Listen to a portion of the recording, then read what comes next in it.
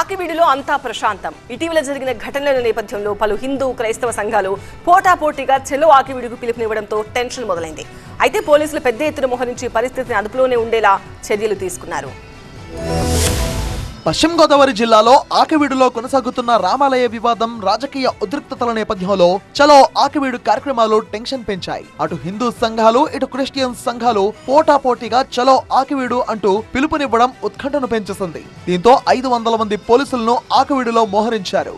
రెండు సంఘాల పిలుపుతో ఆకివీడులో ఉద్రిక్త పరిస్థితులు తలెత్తే ప్రమాదం ఉండడంతో చలో ఆకివీడుకు ఎవరికీ ఎలాంటి పర్మిషన్ లేదని అధికారులు ప్రకటించారు. ఈ క్రమంలో స్థానికంగా 144, 30 సెక్షన్లు అమల్లో ఉన్నాయని తెలిపారు. అనుమతి లేకుండా సభలు, సమావేశాలు, ర్యాలీలు నిర్వహించేందుకు వీల్లేదని హెచ్చరించారు. కాదని ఎవరైనా చేస్తే కేసులు నమోదు చేస్తామన్నారు. కొత్త వ్యక్తులెవరూ గ్రామంలోకి రాకుండా ఉప్పటేరు, ఉండి దగ్గర తనిఖీలు నిర్వహించారు.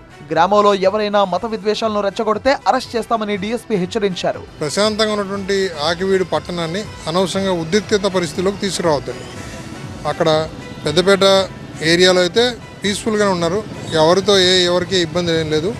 మా బాధల్లో ఇలాంటి ఆకతాయిలు ఎవరైనా వచ్చి అన్నెసరిగా ఏదైనా ప్రాబ్లం క్రియేట్ చేసి లేనిపోని సమస్యలు దీనివల్ల ఉత్పన్నమైతే అప్పుడు అందరికీ మళ్ళీ ఇబ్బంది కలిగే వాతావరణం ఉంటుందనే ఉద్దేశంతో ముందస్తు చర్యగా ఐజీ గారు, మా ఎస్పీ గారు వీళ్ళంతా మొత్తం ఫోర్స్ని పంపించి ఇక్కడ మొత్తం ఆకివీడు మండలంలో మన ఆకివీడు టౌన్లోకి రావడానికి వీలు లేకుండా ఒక 5 ప్లేసెస్లో మనం కట్ ఆఫ్ పాయింట్లు పెట్టి అక్కడ వెహికల్ చెకింగ్ చేస్తున్నాము.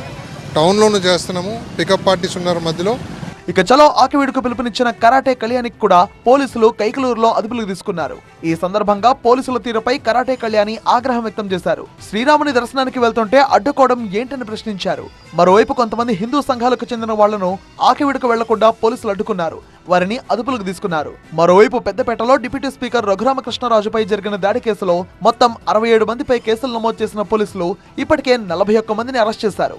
మిగిలిన వారి కోసం గాలింపు చర్యలు చేపట్టారు. ఇక ఈ ఘటన తర్వాత ఆకివీడులో ఎలాంటి ఉద్రిక్తతలు తలెత్తకుండా పోలీసులు నిఘా పెంచారు.